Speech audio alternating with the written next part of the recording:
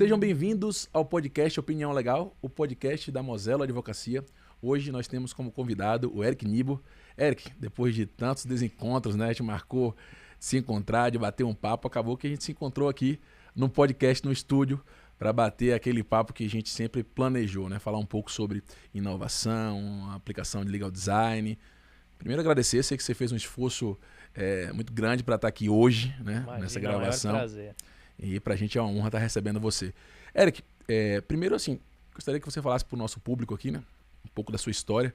Você que é um advogado de formação, mas que sempre pautou aí as suas ações em movimentos de tecnologia, Lawtex, Legaltex, passou pelo Shark Tank, né? Hoje é o CEO da Beats. Conta um pouquinho da sua história, desde a sua formação, da sua graduação e hoje, o que de fato é a Beats, né? O que é que de fato você vem interagindo aí e também sobre a sua atuação como CEO dessa grande startup. Perfeito, Murilo. Obrigado aí pelo convite. É um prazer estar aqui com vocês nesse podcast. Bom, falando um pouco aqui da minha história, né? Então, eu comecei como advogado, como você falou, mas nunca gostei muito de algumas, vamos falar, alguns rituais, né? Dos advogados, dos escritórios também. Então, logo cedo eu já vi que eu queria fazer alguma coisa diferente. Depois de passar por um grande escritório, eu resolvi ir para a empresa, né? Então queria já ver qual que era o outro lado. E depois de lá, eu acabei indo para um fundo de investimento. Então aí acabei passando por 3 experiências diferentes. E depois do fundo de investimento, uma grande startup da época, na época era a maior que tinha, era Easy Taxi, me chamou para ser o gerente jurídico global de lá. Então, com 25 anos, eu era responsável por 30 países onde a gente operava, né? Bacana. E ali eu comecei a ver que a exigência para você conseguir fazer o que precisava fazer com poucas pessoas, em tantos países, em tantas línguas, e de uma forma que as pessoas pudessem fazer as coisas sem prejudicar a operação, eu comecei a notar que as pessoas precisavam de uma forma diferente de fazer a advocacia. Então lá eu ainda exercia, né, a advocacia como gerente jurídico global, e nessa época eu comecei a escrever muito sobre isso. Então foi quando eu lancei ali o meu primeiro livro. Depois disso, com base no livro, eu criei um curso lá no INSPER, e aí passei a ser coordenador e professor desse curso lá no INSPER. E isso virou um movimento. Tanto é que logo em seguida, eu e algumas pessoas, a gente se juntou ali para criar a B2L, a Associação Brasileira de Legaltex. E a ideia era fortalecer esse movimento de tecnologias que estavam surgindo ali no meio jurídico. Em determinado momento, né, a gente acabou vendendo a EasyTax para a Cabify, uma startup espanhola, e com isso eu resolvi sair para empreender também. Então comecei a empreender principalmente na área de educação, que já era um trabalho paralelo que eu estava fazendo, mas ali na educação eu percebi que tinha um momento posterior. Então você educa as pessoas falam, tá, e aí, agora eu já entendi, eu sei como que eu vou botar em prática, quero fazer isso aqui. E aí tinha um pouco desse gap. Pensando nisso, a gente começou a aproveitar isso e vamos nós criarmos a tecnologia para essas pessoas. Então a gente, numa dessas aventuras aí de falar sobre inovação, etc., eu estava em Recife, conheci a Mariana, minha sócia, ela levou esse curso para João Pessoa, foi ali que a gente ficou mais próximo e aí a gente conversou, vamos fazer a nossa empresa focada nessas questões, né? Então foi aí que surgiu a Beats. Hoje eu sou CEO da Beats.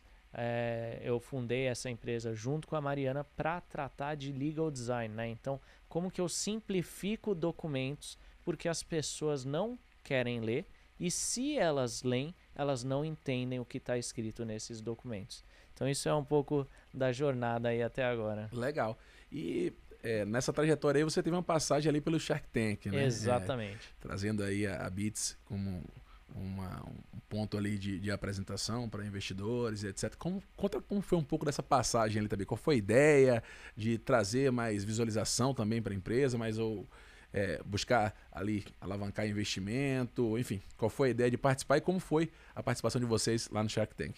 Bacana. A gente, inclusive, já passou por 2 rodadas de investimento, né? A primeira foi ali no Shark Tank, junto com outro fundo de investimento. Então, o Shark Tank eu sempre assistia, né? Principalmente o gringo, e gostava muito, né? Quando surgiu essa oportunidade, a gente viu isso como uma maneira de também catapultar a empresa e conseguir bons investidores ali para o nosso portfólio.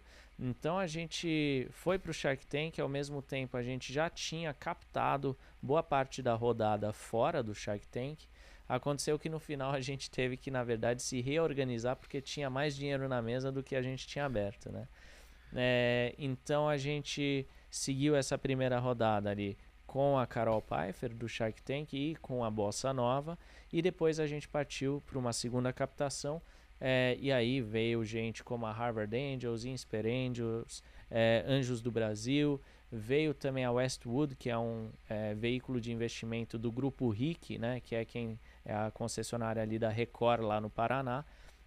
Então a gente está com investidores muito legais ali que nos auxiliam, tem também alguns anjos e que nos auxiliam muito nas questões do dia a dia. Mais do que só dinheiro, acho que esse pessoal também traz outras visões sobre como a gente pode atuar, trazem ideias, tem uma cobrança também que acho que é saudável, e assim a gente consegue ter uma empresa cada vez mais preparada aí para esses novos momentos que a gente quer alcançar. Né? Bacana, cara. E falando um pouco aí sobre a Beats, né? O seu principal produto. E aí você já disse que o direcionamento de vocês está ligado a soluções de Visual Law, Legal Design. Qual o produto principal hoje da Beats? Então, o nosso produto é Legal Design. Então, eu vou pegar documento e vou te entregar com uma forma mais fácil de comunicar essa informação, seja ela escrita ou com imagens, etc., para facilitar o entendimento. Como que a gente faz isso? Eu posso fazer isso por meio da minha inteligência artificial, e aí você vai só clicar no botão, subir o documento, e aí ele já te entrega, depois de aproximadamente 15 minutos, o documento pronto. Uma outra solução é você montar na minha plataforma. Então a gente criou essa plataforma onde você pode ter autonomia para criar documentos com Legal Design, e aí você tem todos os recursos lá. Um terceiro ponto seria o nosso time fazer para você. E aí é onde a gente coloca a nossa expertise para jogo. Então a gente consegue gerar bons resultados para os nossos clientes, porque a gente vai botar todo o nosso conhecimento de psicologia, semiótica, de design, de jurídico, de várias áreas, para que aquele documento surta os efeitos que você quer. Então, um exemplo, se eu estou fazendo uma petição, eu quero ter êxito, quero que o juiz me dê aquilo que eu estou pedindo. Se eu estou fazendo um contrato, eu quero fechar negócio. Se eu estou fazendo um documento de compliance, eu quero que as pessoas sigam o que está escrito ali. Então, a gente monta esses documentos para que eles surtam esses efeitos. Então, geralmente, a gente consegue entregar bons resultados para os clientes ali, porque eles conseguem ver, olha, antes eu tinha ciclo de vendas de 90 dias, agora eu passei a ter de 30 dias. Eu tinha tanto de gasto com contencioso, agora eu deixei de ter esse gasto. Ou então eu agora consigo fazer com que o meu time cumpra aquilo que está escrito nas minhas políticas. Então aí a gente vai usando essa expertise para montar para os clientes. E lógico, a gente também ensina isso para as pessoas, porque a gente acha que é importante, já que o nosso propósito é mudar a forma como as pessoas fazem e leem documentos. Legal. A advocacia, o mundo jurídico como um todo, na verdade, né, vem sofrendo grandes mudanças aí, pautadas principalmente na questão da inovação, né? Com certeza. Muito se fala sobre inovação e aquela máxima, né? A inovação é você fazer diferente aquilo que você fazia no passado, mas com resultados melhores. Exato. Né? E um dos pontos da inovação na própria advocacia, na própria área jurídica, é o Visual Law. Né? A gente tinha lá atrás a questão do dogma, né? Do juridiquês, do falar o latim, e a nossa geração vive um outro momento agora. Então vive um momento mais dinâmico da informação. Né? Então você quer uma coisa mais rápida, uma coisa mais dinâmica, porque as tomadas de decisões elas são mais dinâmicas. E aí, quando se fala em visual law, em legal design, as pessoas entendem que basta ser visualmente bacana, né? E na verdade, o que é que você precisa ali? Você precisa se comunicar com alguém. Exato. Se você conseguir colocar o QR Code, se você conseguir colocar um link clicável que te leva para um outro local, que abre um vídeo, ou se você conseguir colocar a parte gráfica ali mais elaborada, ótimo. Mas primeiro fazer o básico bem feito. Exatamente. É se comunicar de uma forma com quem recebe a mensagem, independente de que seja, entenda quais são os seus argumentos. Exato. E a gente brinca até nesse ponto. Não existe recurso de design que vai salvar um documento ruim. Se ele é ruim, ele vai continuar sendo ruim agora com imagens, né? É isso aí. E as pessoas buscam, têm o intuito, né, de implementar a parte de visual law no seu dia a dia.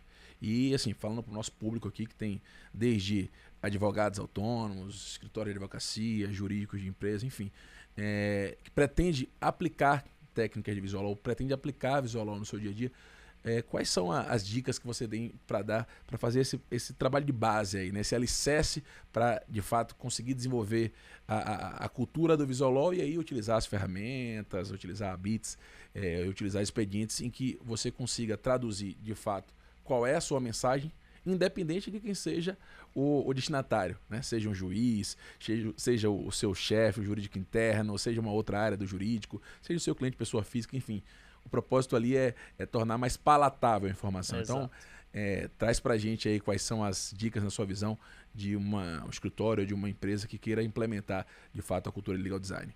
Bom, a primeira regra que você tem que prestar atenção e tomar cuidado é: se você não consegue justificar o uso daquele recurso, é porque ele está ali por mera estética. E não é isso que a gente quer quando a gente faz legal design. Então, se você não consegue justificar o uso daquele recurso, tira, porque provavelmente ele só está poluindo o documento. O segundo ponto eu preciso considerar o usuário. Você mencionou ali, eu me comunicar com as pessoas independentemente de quem sejam. Então, eu preciso considerar os usuários da cadeia ali, do ciclo de vida do documento. Porque você, como escritório de advocacia, pode ter a Bits como cliente, mas eu não sou o único usuário. Vai ter, por exemplo, meu fornecedor, de repente pode usar esse documento, de repente uma pessoa do financeiro do meu time, ou então do jurídico, pode ser alguém de vendas. Então, olha a quantidade de usuários que a gente tem nessa cadeia ao longo do ciclo de vida do documento. Eu preciso considerar todos eles porque eu preciso garantir que esse documento vai se comunicar com todos eles. Perfeito. Então, aí a gente vai pegar, por exemplo, se você escreve pro rata di, será que a gente não tem outra expressão em português como proporcional aos dias, ao invés de ter que lançar a mão do latim? E aí é um pouco do trabalho de base que você falou, né? Então, vamos começar pela escrita. Depois que a gente resolveu a escrita, aí a gente adiciona elementos e recursos de design. E aí, molduras, linhas, ícones, a gente tem cores, tem as estruturas que a gente coloca ali no texto para que isso facilite a sua leitura ou acabe evoluindo para uma revisão mais rápida do documento ou análise mais rápida do documento. Então a gente começa a usar diferentes estruturas para conseguir fazer isso depois. E aí você tem que entender o que cada uma dessas estruturas faz. Por exemplo, um ícone pode acabar ajudando a localizar uma informação, um infográfico a resumir uma informação. E aí você tem diferentes recursos que vão ter objetivos diferentes ali dentro, né? Então acho que isso seriam as principais regras ali para seguir. Primeira, não sabe justificar o uso, esquece.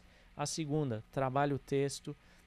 Terceira, lança a mão dos recursos ali de design para ajudar em algumas coisas ali, seja na velocidade de leitura, simplificação, ou então até para facilitar o entendimento. E, lógico, considerar o usuário, né? Legal, cara. E na ferramenta de vocês, hoje você disse que tem uma aplicação de inteligência artificial, né? Exato. A inteligência artificial é a bola da vez, né? Com certeza. Em todas as áreas. Nós estamos acompanhando uma nova era, né? Teve lá a era industrial, a era da internet e agora para a era da inteligência artificial. E isso se tornou muito... o acesso está muito fácil para as pessoas, né? E acho que a gente tem um problema geracional por conta dessa celeridade de informação, essa dinâmica de dados e etc, em que as pessoas elas primeiro utilizam a ferramenta e depois buscam entendê-la, né? Então a gente vê comentários nas redes sociais e enfim nos fóruns, as pessoas até criticando a própria inteligência artificial, mas não entrega de uma forma correta, ou errou na informação, porque de fato não conseguem entender qual é o objetivo da ferramenta, né? As pessoas acham que está ali, fez o cadastro, lançou um prompt, que a ferramenta ela vai ter o poder de lhe dar a resposta daquilo que você nunca encontrou. É um oráculo, né? É isso, é o famoso mestre dos magos, né? Ele vai aparecer ali e vai te dar o segredo, mas de fato não é assim. E na aplicação de ferramentas, seja com inteligência artificial, seja sem inteligência artificial, e aí voltando para aquele conceito do pessoas, processos e ferramentas, né? Falando do que você disse aí, primeiro fazer o básico bem feito, né? A forma com que você escreve, ela está mais palatável, né? A utilização do latim de fato é pertinente para aquele momento, porque às vezes você vai ter um jogador mais antigo, né, que prefere ali aquela palavra mais rebuscada, aquela palavra mais pesada, mas e aí você vai avaliar de fato para quem você quer levar essa mensagem. Mas quando você está ali falando de inovação e principalmente de inteligência artificial envolvida, embarcada numa ferramenta, as pessoas acabam não entendendo que aquilo você precisa entender todo o contexto antes, né? Não basta entender o que é legal design, começar a utilizar a ferramenta, porque às vezes você se frustra com isso, né? Você acha que a inteligência artificial vai te dar a chave que você precisava, que a ferramenta vai te dar a chave que você precisava, mas antes disso é importante você se contextualizar, né? Trazer essa avaliação do que primeiro entender o que de fato você precisa, porque senão você traz ali uma peça mais parecida com uma peça carnavalesca, né? Do que de fato uma peça que se destina a uma melhor comunicação. E segundo, né, você entender de fato quem está do outro lado. E aí trazer a questão de entendendo os seus objetivos e conhecendo a ferramenta, você no dia a dia ali aplicando de fato o que você precisa. Então, essa tecnologia que vocês têm embarcada de inteligência artificial, conta um pouco como é que de fato o usuário consegue interagir com ela. Ela é algo mais self-service, você consegue fazer ali alguns endereçamentos ou não. De fato você coloca um direcionamento e vocês internamente é que faz esse direcionamento. Conta um pouco como é que o usuário consegue na ferramenta de vocês utilizar a inteligência artificial. Legal. Tem alguns pontos aí que você levantou que são importantes, né? Então, primeiro é que eu não posso assumir que o usuário sabe fazer os prompts, né? Os comandos para a inteligência artificial. Então, a gente eliminou isso. Então, a gente fez um processo chamado engenharia de prompts, onde a gente já faz os prompts para que essa pessoa nem precise pensar nisso. Então, ela só clica num botão e aí ele vai remover o juridiquês do texto. Uma segunda coisa é que muitas pessoas, antes a gente dava a plataforma pura ali para a pessoa montar, e a gente ainda faz isso, só que são poucos que querem ter esse trabalho de montar. Quando as pessoas pensam em inteligência artificial, elas automaticamente associam a um negócio chamado agente. O agente é quem executa uma tarefa por você. A gente não tinha isso para as pessoas. Então, quando a gente falava que tinha inteligência artificial, as pessoas falavam, então eu só jogo o documento lá e sai pronto? E aí a gente teve que fazer isso. Então, a gente agora tem uma inteligência artificial onde você não precisa fazer basicamente nada. Você sobe lá, escolhe a sua cor, fala em que modelo que você quer receber, se é Word, PowerPoint ou PDF, e aí ela vai montar sozinha, interpretando o seu documento. Só que para isso a gente fez um mega trabalho por trás, que consiste em fazer a engenharia de prompt, ou seja, a gente analisou quais prompts teriam os melhores resultados. a gente fez um processo chamado RAG, né? Retrieval Augmented Generation, e isso significa eu estou aumentando a capacidade de geração da IA por meio da minha base de dados. Porque ela, na verdade, pegou tudo que tinha na internet tem muita porcaria, e aprendeu com aquilo. Então eu agora expando o conhecimento dela com a minha base de dados, e depois a gente colocou os agentes. Então hoje na nossa tecnologia a gente tem 7 agentes diferentes, cada um deles fazendo uma etapa diferente do legal design, para que as pessoas não tenham que ter esse trabalho. E aí para quem quer fazer, aí a gente dá as ferramentas para que essa pessoa tenha autonomia também. Legal, bacana, cara. E falando sobre um pouco aí desse ambiente que você vive 24 horas por dia, né? O ambiente das startups. Como eu disse, você já liderou movimentos aí voltados a Lautex, Legaltex, a gente vê isso explodindo muito. Sim. Né? O mundo jurídico, ele clama por inovação, né? Talvez seja um dos segmentos profissionais aí que tenha mais tardado nesse movimento de inovação, mas o momento chegou, né? A gente vê feiras, encontros, congressos falando sobre inovação. E aí, claro que a gente passa pelo ambiente das startups, né? Esses projetos, as ideias, em que as pessoas tiram do papel ali um projeto que faz sentido para um público e coloca isso para ser desenvolvido e coloca para ser testado no mercado. Como é que é esse dia a dia de vocês lá na Beats, né? Essa questão como é que vocês selecionam os profissionais, quais são as habilidades que vocês entendem que são bacanas para ter, de fato, uma startup, né? Mas com um modal jurídico, né? Porque não adianta você ser 100% tecnologia sem esquecer qual o principal core ali, qual o principal objetivo, né? Que é desenvolver soluções jurídicas voltadas ao legal design. Então, no dia a dia de vocês, como é que funciona isso? Vocês têm mais advogados, mais engenheiros? Quais são as habilidades que vocês, até falando também para o nosso público que está interessado em... Às vezes a pessoa está ali com uma ideia, queria montar algo nesse sentido. Como é que vocês iniciaram esse projeto, né? E como é que funciona hoje o dia a dia da Beats? Legal. A gente tem pessoas das mais diferentes formações. Um primeiro ponto é que eu não olho o currículo da pessoa, até porque a gente já viu grandes empresas contratando, analisando o currículo, e na verdade a pessoa mentiu no currículo. A gente teve um caso enorme agora de um banco aqui em São Paulo que descobriram, por exemplo, que a pessoa não tinha a formação que ela dizia que tinha. Então, uma coisa é não analisar currículo. A gente faz teste e vê se a pessoa consegue resolver aquele problema. Ela conseguindo resolver, a gente passa para uma próxima etapa onde a gente vai conversar e analisar um pouco dessa pessoa. E a gente analisa muito também o que tem nas redes sociais e na internet sobre essa pessoa também. Então isso é como a gente seleciona as pessoas. Então na nossa equipe tem gente que é vocalista de uma banda famosa, tem gente que é de design, tem gente que é desenvolvedor e, lógico, bastante advogados, né?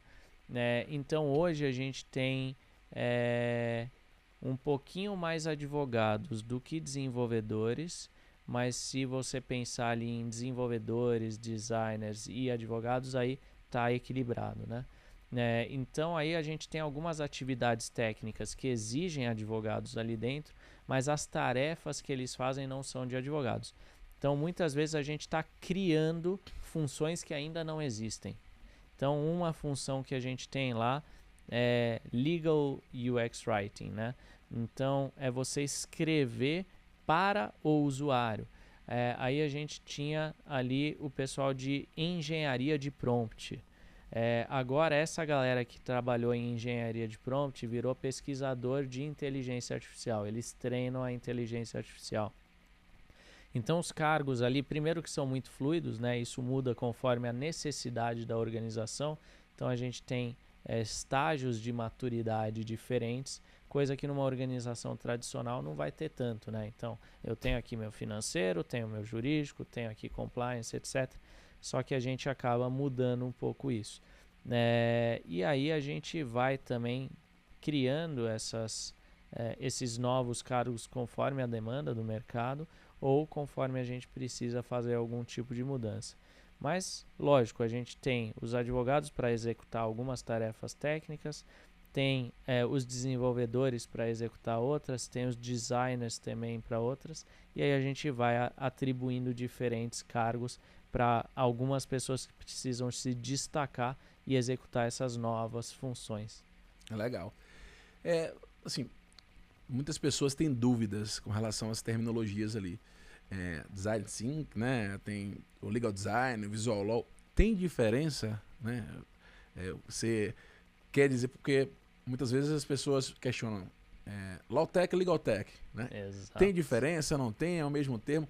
No Legal Design, você tem alguma diferença? Design Thinking, tem o Visual Law, enfim, explica um pouquinho pra gente se tem diferença ou não e qual, de fato, é o desdobramento disso. Perfeito. Até uma curiosidade, né? O nome da associação é AB2L, porque a galera não chegava num consenso se ia ser Law Tech ou Legal Tech. Então, para não gerar briga, 2 L's, né? Mas, no geral, no mercado, né, global, se usa muito mais Legal Tech. São pouquíssimos lugares que usam Law Tech.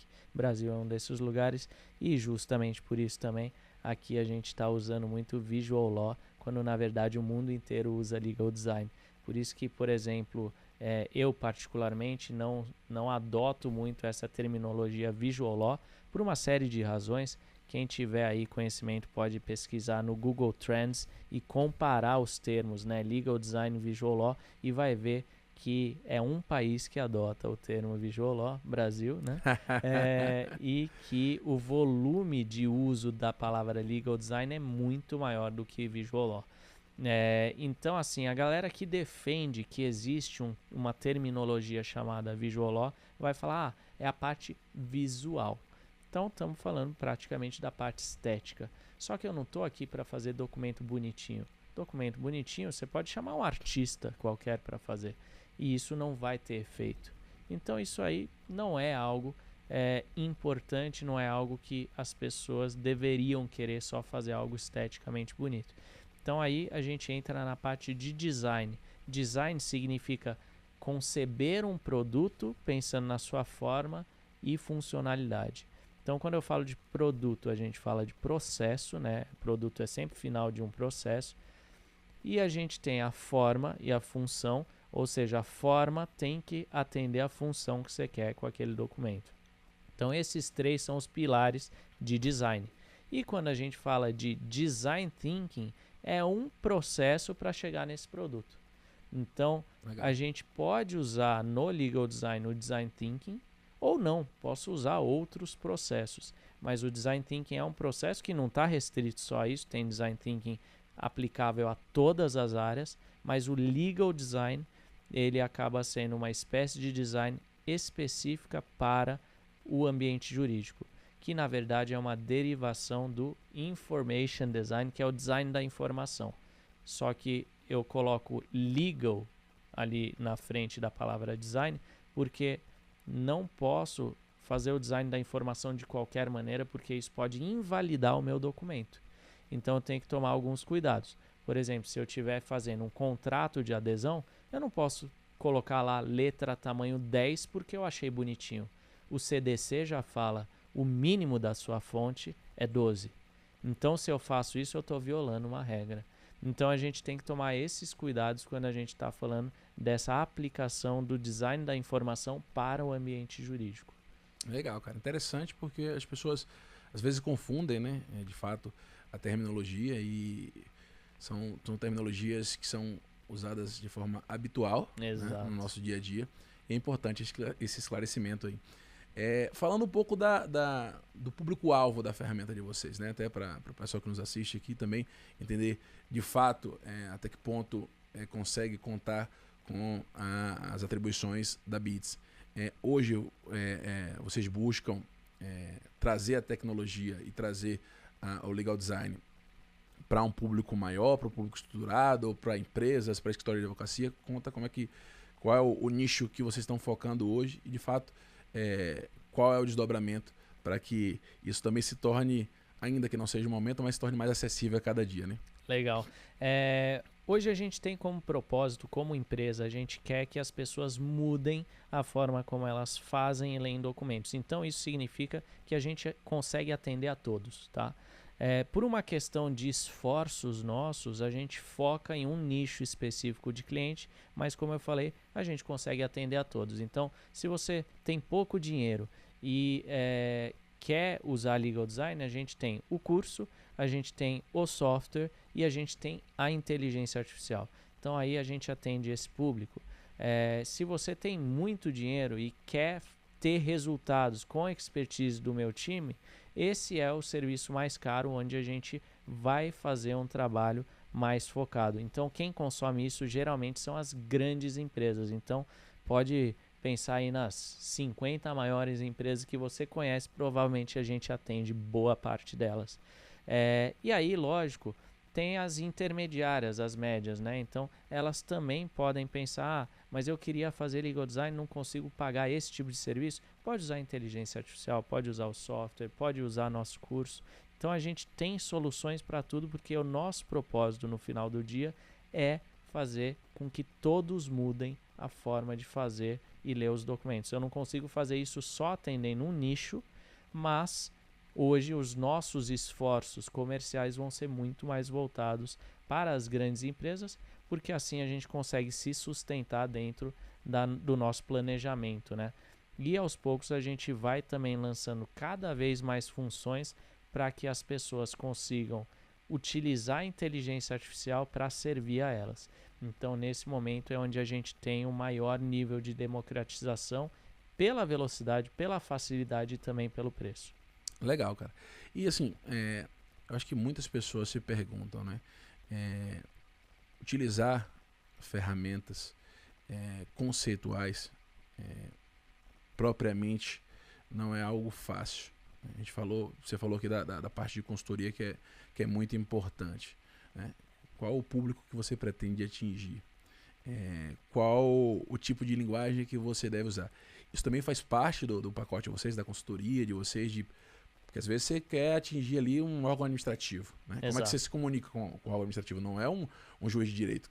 Exato. Né? Você tem um fiscal, você tem... E você tem uma intenção, né? Perfeito, perfeito. Então, a consultoria de vocês, ela abrange esse tipo de direcionamento ou é algo voltado a uma consultoria mais geral, né, do ponto de vista conceitual? A gente atende exatamente isso. Então, a gente fala de design intencional. Eu tenho uma intenção com aquilo e eu quero que o design sirva aquilo. Então, é por isso que a gente, na consultoria, a gente entende quem são os usuários, a gente entende quais são os problemas que esse documento enfrenta hoje e o design, ou seja, a forma, vai atender essa função de resolver esse problema ou gerar esse resultado baseado na intenção que você tem. Então aí é onde a gente vai realmente colocar nosso time para jogo e vai fazer o melhor documento possível para que tenha bons resultados. Então a gente tem casos em que a gente conseguiu reduzir mais de 100 milhões do contencioso de uma empresa, tem casos em que a gente diminuiu o ciclo de vendas de 90 dias para 30 dias, mudando o contrato. Aumentamos NPS, ou seja, a avaliação do quanto as pessoas estão satisfeitas e indicariam o serviço de uma determinada empresa. Então a gente consegue atuar em diversas frentes para melhorar os resultados dessas organizações. E aí geralmente quem olha para isso são as empresas, né? E aí muitas vezes elas também querem que os escritórios atendam elas dessa maneira. Então aí a gente começa também a trazer os escritórios para prestar esse tipo de serviço, já pensando desde o nascedouro no legal design. O pessoal que está começando agora, né, pensando nisso, e até público aí voltado aos advogados autônomos que querem fazer uma coisa diferente, a advocacia vem com essa vontade de mudança e desde o pequeno, né, desde o autônomo até os grandes escritórios, a gente vê isso, né, nos eventos, nas congregações, enfim. Quais seriam as técnicas básicas ali que você sugestionaria para a pessoa que quer começar a implementar isso, independente, claro, preferencialmente que use a ferramenta da Beats, mas ainda que de uma forma mais artesanal, aplicação de cor, né? Aplicação de fonte, enfim, tem uma técnica, tem um feijão com arroz ali para quem quer começar, ainda que não seja de maneira exponencial, ou ainda que não seja com um ferramental mais robusto? Tem sim. É uma porrada de técnica, né? Então, a gente começa ali com a parte de UX Writing, né? Então, como você escreve para o usuário, esse é um ponto principal. Aí tem a parte de design gráfico. Aí a gente começa, esse é o básico. Aí a gente começa a evoluir para outras coisas. Semiótica, economia comportamental, psicologia. Aí a gente tem também, se for para a parte tecnológica, a gente começa a falar também da parte de desenvolvimento. A gente também usa algumas técnicas de, vamos falar, design de interação. Então a gente sai do design gráfico e vai para design de interação, às vezes design de serviço, né? Então todas essas áreas acabam sendo formas de você pensar em como trazer o documento da melhor maneira. Começa com UX Writing e design gráfico, mas aí evolui para tudo isso, né? E aí é isso que vai te gerar os bons resultados. Legal. E me tira uma dúvida, hoje a gente tem o conceito da aplicação dentro da própria ferramenta, mas queria entender como é que funcionam os bastidores disso aí, né? Existem analytics para isso? Não sei, tem aquela fonte que não pode ser usada, né? Tem a pesquisa do qual é a diagramação mais palatável, que traz mais atração ao olhar do leitor. Como é que funciona isso? E além da parte de preparação, existe alguma métrica de sucesso para aqueles documentos? Então eu vi que eu utilizei ali um QR Code, né? Eu utilizei uma aplicação gráfica mais robusta e, de fato, aquilo teve mais sucesso no entendimento. Então, vocês utilizam isso e tem técnicas para isso? Como é que funciona? Sim, e a gente está tentando trazer isso para os advogados, seja de departamento jurídico ou escritório, porque esse público não está acostumado a metrificar o resultado do trabalho. E aí a gente tenta mostrar isso, até ensinando como fazer isso, porque a gente quer que os projetos tenham bons resultados. E aí, primeira coisa quando a gente fala em métrica é a gente conseguir medir o que a gente quer. Então, qual que é meu objetivo? Meu objetivo é fazer um documento menor. Beleza, então a métrica que eu vou usar para medir se eu cheguei nesse resultado é tamanho do documento, ou às vezes quanto eu consegui reduzir o documento. Então aí é um tipo de métrica. Se o meu objetivo é facilitar a leitura, eu vou usar outra métrica. Aí eu vou usar uma métrica chamada índice de Flash. É um índice que foi criado nos Estados Unidos para analisar o quão fácil ou difícil é ler um texto. De repente eu quero ter mais êxito no judiciário. Aí eu vou medir taxa de êxito. E aí você falou algumas coisas, né? Existe alguma regra do que não fazer? Então, por exemplo... A fonte proibida, né? Fonte proibida, vamos lá. Então, uma das coisas a gente não recomenda o uso de Comic Sans, porque o nome já diz comic, em inglês é quadrinhos, ou seja, essa letra foi criada para quadrinhos. Aí existe uma vertente do legal design que vai transformar os contratos ou documentos em quadrinhos. Nessa situação, ok. Se não for nessa, esquece. Existe também a cor.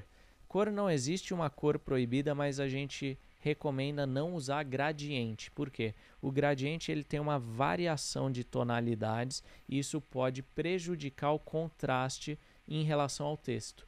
Então a gente também não indica o uso de gradiente. Quando vai usar ícones, a gente não indica que faça nada muito abstrato, porque o objetivo do ícone é que ele consiga comunicar. E aí significa que eu tenho que usar ícones que sejam universalmente compartilhados, né? Aí a gente entra um pouco até na filosofia, né? O que são signos e significado, para que as pessoas consigam entender aquilo, ainda que seja uma pessoa lá no Jalapão, lá no sul do país, em outro país. Então eu preciso garantir que qualquer pessoa vai entender aquilo. Se eu uso uma arte abstrata, não vai comunicar. Então essas são algumas das coisas aí que a gente presta atenção e dá de dicas, né, para que as pessoas consigam fazer bons documentos. Muito bacana, muito produtiva as dicas, né? Porque, de fato, as pessoas, às vezes, não sabem como começar, Exato. né? Às vezes, também já ali habituada no vício de seguir algum tipo de orientação de algum escritório que já passou, de alguma empresa que tinha aquele padrão, né? E você acaba carregando ali no contexto de trazer um documento muito pesado, né? Que prejudica a leitura. E acho que todo mundo se pergunta, né? Será que essa é a melhor fonte, né? Será que esse é o melhor jeito de escrever, de trazer? Será que destacar com essa cor de fato vai fazer com que eu alcance a, a visão mais amigável ou a repulsa àquilo que eu estou escrevendo? Uhum. Né? E você falou um ponto interessante, né? Carregar os padrões, né? E muitas vezes a gente sabe até em que época o documento original foi criado por causa desses padrões. Então, um deles é quando a gente pega documento hoje, 2024 para frente, falando em facsímile. Então, as pessoas não usam mais fax, né? Perfeito. Outra coisa é quando a gente pega ali, você tem um número e coloca entre parênteses. Quando a gente discute isso com o advogado fala, não, mas é porque se tiver diferença entre o número e o que está escrito, vai prevalecer o escrito. Mas de onde que surgiu isso? Porque a gente só está repetindo esse padrão. Então, quando que surgiu? Com o pessoal datilografando, porque lá não tinha botão de delete. Agora a gente tem botão de deletar. Naquela época, não. Então, é verificar se realmente faz sentido replicar esses padrões, porque a gente passou por um contexto de transformação digital e a maior parte das pessoas, a única coisa que fez foi mudar o meio em que trabalhava, mas toda a lógica e o raciocínio permaneceu o mesmo. Então, num cenário como esse, em que a gente está no mundo digital, tem inteligência artificial e etc., a gente precisa recondicionar as formas em que a gente está trabalhando e pensando e etc. Legal, cara. Caminhando aqui para o nosso final, né? Infelizmente, conversa boa, ela passa rápido. Exato. Queria que você falasse um pouco, primeiro, a gente tem o conceito ali da cobra que engole o próprio rabo, né? Como é que você consegue enxergar a Beats daqui a 2 anos, 5 anos, enfim, o legal design como um todo, né? O que é que você acha que passa pela evolução do legal design? Hoje a gente está falando de conceitos, né, de aplicação de inteligência artificial. Então, dentro da sua visão ali, como é que você enxerga a Beats e o próprio conceito estrutural do legal design daqui a algum tempo? Eu acho que a gente está com um movimento muito forte ali na empresa de trazer isso para as pessoas para mudar a forma como elas vão fazer e ler documentos. Então, a gente vai fazer de tudo possível para isso acontecer. E a gente já está vendo isso, a gente já está atuando até em nível governamental. Então, tanto em legislação, quanto no judiciário e também da própria sociedade civil, né?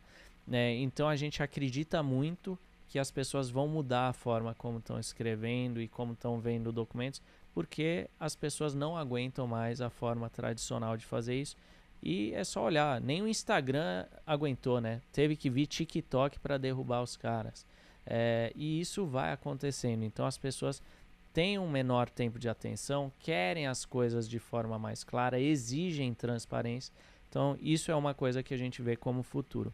Uma outra coisa é, a gente está criando a tecnologia que mata o que a gente fez. Então a gente está criando uma inteligência artificial que é capaz de fazer legal design sozinha, quando na verdade o meu time faz isso.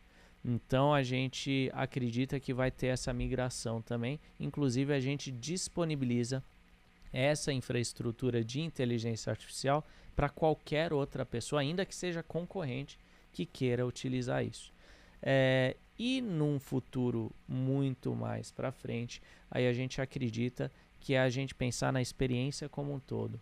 Então a gente acredita que o documento jurídico ele é um produto do raciocínio que um advogado teve. Então se é um produto, eu tenho que entregar isso como um produto. Como que é a experiência quando as pessoas têm um contato com o produto jurídico? É boa ou é ruim? Como que eu posso melhorar isso? Então aí a gente entende que isso é um processo futuro e nesse momento a gente pode até pensar na esteira inteira, não só no momento de criação do documento, mas como que ele vai ser executado, como que as pessoas vão interagir ao longo do ciclo de vida. E aí a gente acredita muito na noção de contratos inteligentes. E não, quando eu falo contratos inteligentes, não é essa ideia de, vamos botar blockchain. Não, é independente de blockchain. O que é um contrato inteligente? Um contrato que se resolve sozinho, que você não precisa de intervenção de terceiros ou das partes toda hora para que ele consiga fluir e cumprir o seu objetivo. Então aí é criar tecnologias que viabilizam essa resolução do contrato. Legal, cara. São os famosos smart contracts, né? Exatamente. Os contratos que tem ali essas auto-aplicações de forma automática, e eu acho que, de fato, o futuro passa por isso. A gente já tem hoje, né, algo robusto com relação a isso, mas comunicar o que de fato será automático, né? Talvez até uma comunicação ali entre robôs, né? E na década de 90 a gente já tinha, né? As vending machines, onde você botava uma cédula de R$1 e entregava uma Coca-Cola. Isso era um contrato perfeito. Eu paguei, recebi, contrato de compra e venda. Perfeito. Então, ele funciona de uma forma automática ali. Como que eu faço isso com o papelzinho ou a tela que eu tenho hoje? Né? É isso aí. Eric, cara, obrigado pela presença aí. Obrigado você, foi um prazer. Conhecimento pra caramba aqui. Espero que a gente possa voltar a falar mais uma vez sobre legal design. Eu adoro esse assunto. Agradecer a audiência de vocês. Espero mais uma vez aqui no podcast Opinião Legal, o podcast da Moselo Lima. Até o próximo episódio.